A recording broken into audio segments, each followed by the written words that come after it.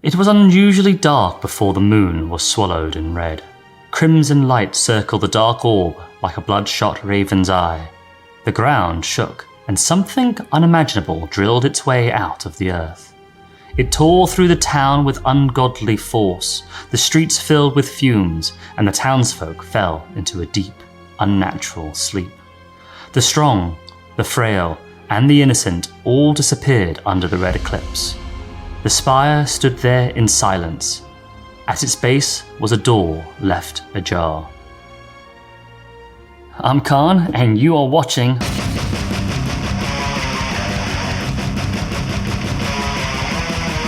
You lot are super lucky, because today I'm reviewing Spire's End. Spire's End is a high-stakes adventure card game for 1 to 2 players, where you and your partner or your friend will go through attempting to get to the end of the story and to find out what indeed the Spire is. Can you get to the end? Well, with a bit of luck, a lot of help, and some good dice rolling, you might find out. But you also might find that you come to a rather sticky end. This game is not made to be easy. It's actually quite hard, I've found, and it really rewards the people who are willing to risk, but unfortunately within that risk lies a likely chance of you dying as well. The cool thing about this game, or something that I personally like, is that there is no rule book per se. There isn't a little manual in here. Everything is set up on these cool cards. So what they've done is in the story, in the prologue, as you sort of like pull these cards up, learning about what's going on, it tells you to pull the cards from the navigation deck, which is effectively the instruction manual set. And in this process, as you read these cards, it gives you all of the information that you need to get this game going. You're going to find that you're going to be revealing cards, reading them, but you're also going to be finding that you're going to be taking cards and removing them from the game without reading what's on the other side. Meaning you will never see the entire deck of cards in a single playthrough. Actually, it'll take you multiple playthroughs in order to even have a chance of seeing all of the variations that exist or the branching story that happens in Spire's End. As you might have seen, I had started out with the story, and that's really just to get you a sense about what is coming with this game. And I feel that the best way to sort of show it to you is to play just the briefest part. And so we get to all of the people or the characters you get to use, and these are going to be defined by your ally cards. Now, one of the things that you'll find in this game is that the art is pretty damn good.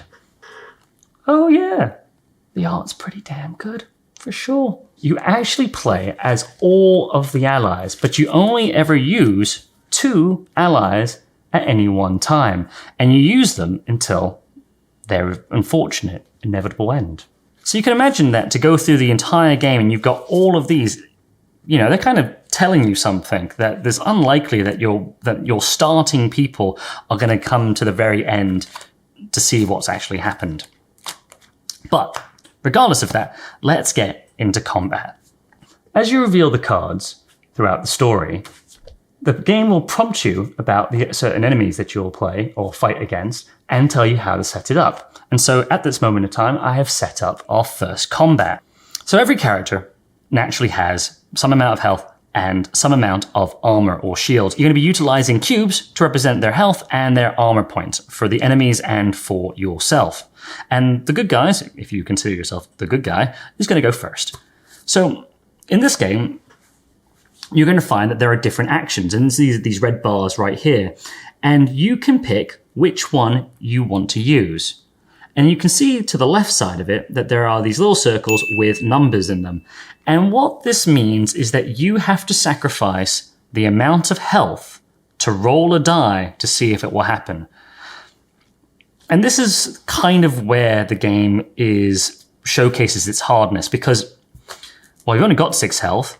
The enemy can do several health to you, can probably do several damage to you in a go. What are you willing to risk in terms of damage output versus survivability? And this is the balance that you are constantly doing in this game and between your characters. So for instance, we take Dane, the Rutterkin, who looks like a kind of variant of Wolverine, but he's taken some planks and some porcupine things and Okay, so let's say he wants to attack the doorman.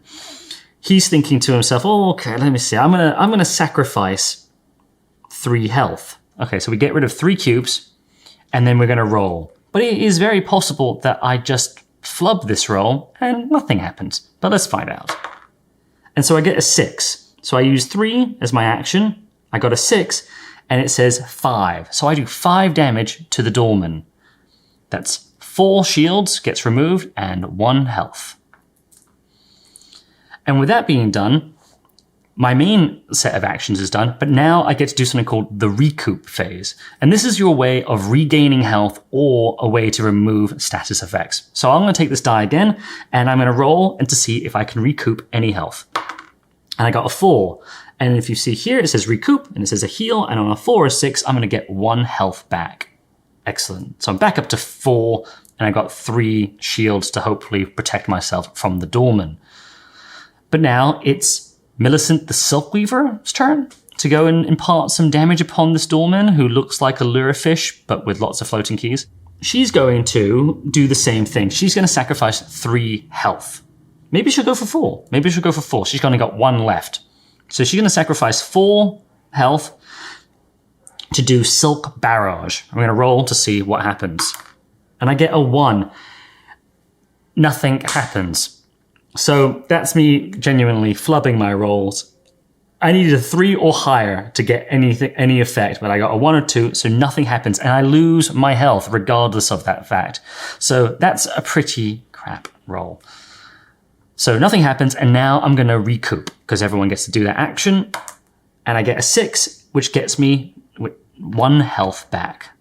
Okay, great. And now it's the doorman's go. Firstly, we're going to roll the doorman to find out who is going to attack. It's 1 through 4 for Dane and 4 through 8 for Millicent. So we got a 1, meaning that attack's going to hit Dane. And now we're going to find out what kind of damage or what kind of attack the doorman's going to do. And instead of rolling a dice for that, we're going to actually draw the action card.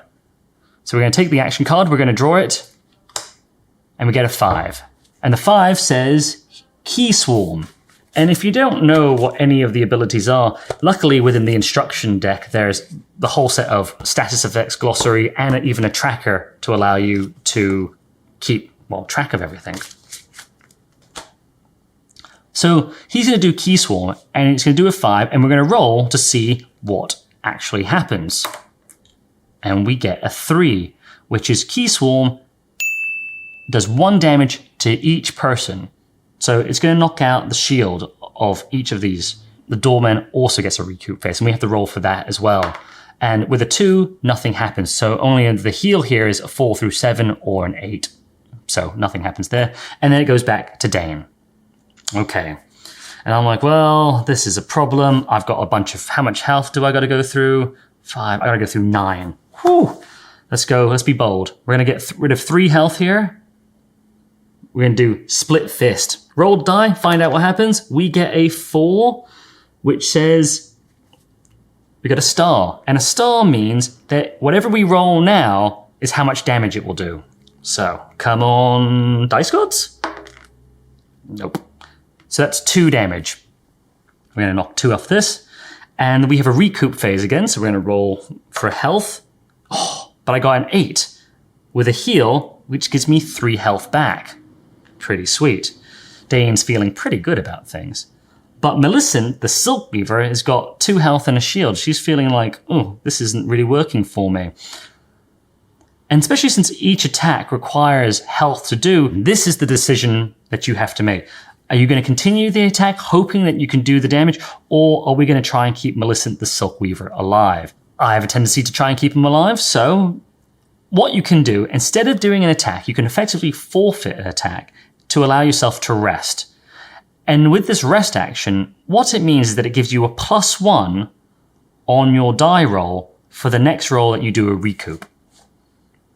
There are other ways of making it even more powerful, but just for the basics and simplicity of it, we're going to try that out. So she's not going to attack, she's just going to roll with a +1 for her recoup. And hopefully she gets a 6, which is +1 for a 7, and we get a 7, getting us 2 health back. Millicent is feeling pretty good about things. That's until the doorman decides that he wants to lay some carnage upon us. So he's going to roll, and we're going to find out who he's going to attack. It's a 3. So back to Dane. We're going to roll. We're going to draw this card to find out what happens. Ooh, it's a 6. 6 being the highest amount of, well, the possibility for the highest amount of damage. And now we're going to roll to see what happens. And we rolled a 1. The key burst that this was going to be does nothing. Completely misses. Just as much as I flubbed it on my roll to attack him, he did the same thing back to me. Still gets to roll for recoup, or for the heal, with a 6, healing 1 back. Great. Let's go. Dane is going to spend 3 health, going to attack with split fists, rolling with a 7, doing 5 damage. Whew. Quite good, quite good. Rolling for recoup. 1, nothing. Millicent's doing the same thing. She's spending 3 of her health to do baste. Is that something that you do with silk? Basting. I think that's what you do with chickens. I'm fairly confident. Rolling a die. Oh, with a 1. I mean, what? Okay, so nothing happens. She's rolling for her health. Nothing either. It's the doorman's turn. Doorman's going to attack who? Dane again. It's got a real thing for Dane. Oh, another 6. We're going to roll to see what happens. Is it 2? It misses again. So what you can see kind of in this game is that it's a dice rolling game. And it's as fickle as the dice gods are. And it can make the game easier if you're rolling well, and it can be brutal if you're not. And I guess that is always the case with dice rolling. You know, you can mitigate it. You can try and there are certain status effects that can improve your odds in terms of doing damages or negating damage. But at the end of the day, you're always rolling dice, and you're going to find out what that does. And especially since you're using your health, there is no middle ground. You use a lot of your health to try and do as much damage as you can, only to get pegged back and to try and gain that health back without actually dying. So even though the doorman is the very first enemy, I'm almost dead, effectively. I've got 3 health here with 1 health and 2 shield, and Millicent with 1 health and 1 shield, and the doorman's still not dead. I have a chance. I probably can do it, but you can see that if the fights are like this, and this is one of the earlier ones, what is left in here? And that's this question that you've got to deal with, like, how much health am I ever going to really use to do the damage, and how long can I survive? The thing is, you can even sacrifice these allies so you can drop another ally to bring to the fight. So after defeating the doorman, we will reveal card 6. This happens to be card 6. We've defeated the doorman. You haven't seen that, but I defeated the doorman, obviously. And then we get to the victory. And so in victory, it says increase certain things, and then tells us what we must decide. Oh, let's take him captive, rather than finishing him off and taking everything. It says reveal card 9. And with revealing card 9, I will get rid of card 7 and 8, not looking at them, and revealed card 9 to find out what will happen. And that is the end of this story, unless you being that person who's watching it through the screen, is interested in buying something like that so you can find out the story for yourself. Because I don't actually want to ruin this story for anyone. This is one of those things that it's best kind of to find out for yourself. When you're dealing with story, replayability is definitely a factor involved. Because once you've seen part of a story, aren't you going to see the same thing over and over again? And kind of, to a sense, yes, you will. You might go through the same corridor that you went the last time. Is it going to be massively different? Well, no. But there will be things that you do not see, which you will need to work, that you could try and see in the next playthrough. And in a weird way, it reminds me a bit like a video game. Sometimes you play a game and you play this level and you beat it, but then you play it again anyway because you enjoyed it. The problem, in a weird way, about Spire's End is that obviously being, Kickstarter, is that you can't really find it on the retail market. Actually, you cannot find it on the retail market. And the only way to acquire this game will be to go and reach out to the person who created Spire's End to be able to see if he's got additional copies of it. We're going to be putting a link into the description where hopefully you can see if they still have any in stock or not. So I hope that this gives you a sense, a feeling of what this game is about. There's so much more in this deck than I can really let on, but I really don't want to spoil anything for you. It's there to be experienced, as all games are. But with a story, man, it's a fun ride. So definitely something worth checking out if you're into story-driven card games and you want a fight that's going to be difficult. It fits a different bill than you might normally get in most games.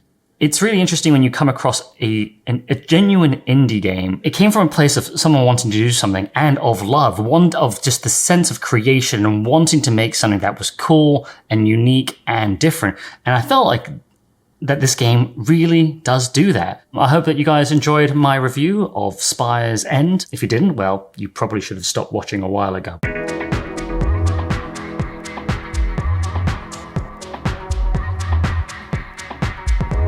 Thanks for watching.